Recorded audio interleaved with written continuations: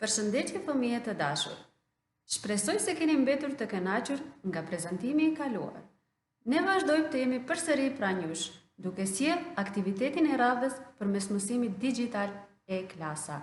Kësaj radhe fëmijë të dashur, kemi përgatitur diçka më ndryshe, ku së bashku në vazhdim dal nga dal do të shpalosim njohuri të reja për ju rreth temës së sotme. A jeni gati fëmijë të fillojmë? Lutje për natyrën. Mos e shkel lulen, ruaje me kujdes. Mos e shkel as mizën për mbi tokë kur ec. Mos e thyej degën e drurit të mbjell. Dega është e njom, lëshon lëng e jetë. Pastro mirë oborin, natyrën anë mban. Bëj vepra të mira si fëmijë i mbar.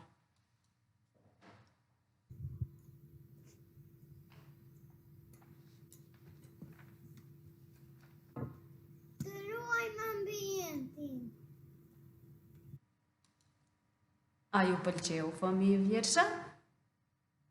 Pra, brenga dhe kujdesi për ambientin është pjesë e sjelljes tonë të mirë, për një jetë të shëndosh. Fëmijë të dashur, pra, tema e ditës së sotme është dita botërore e planetit Tokë. Kjo ditë ka për qëllim ngritjen e vetëdijes për ruajtjen e ambientit jetësor, si dhe të theksoj pasojat nga ndotja e ajrit. Pra, fëmijë, ne duhet të jemi ata të cilët duhet të kujdesemi për ambientin. Mos të hudhim mbeturina, të jemi të pastër, të kujdesemi për shëndetin tonë.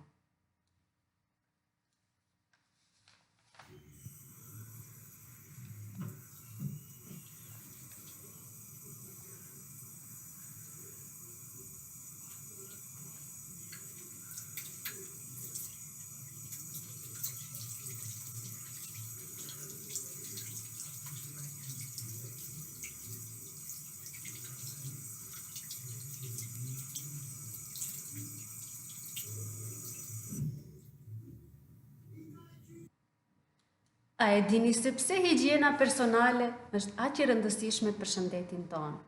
Është shumë e rëndësishme që të ruajmë higjienën personale. Më e thjeshta është larja e duarve me sapun.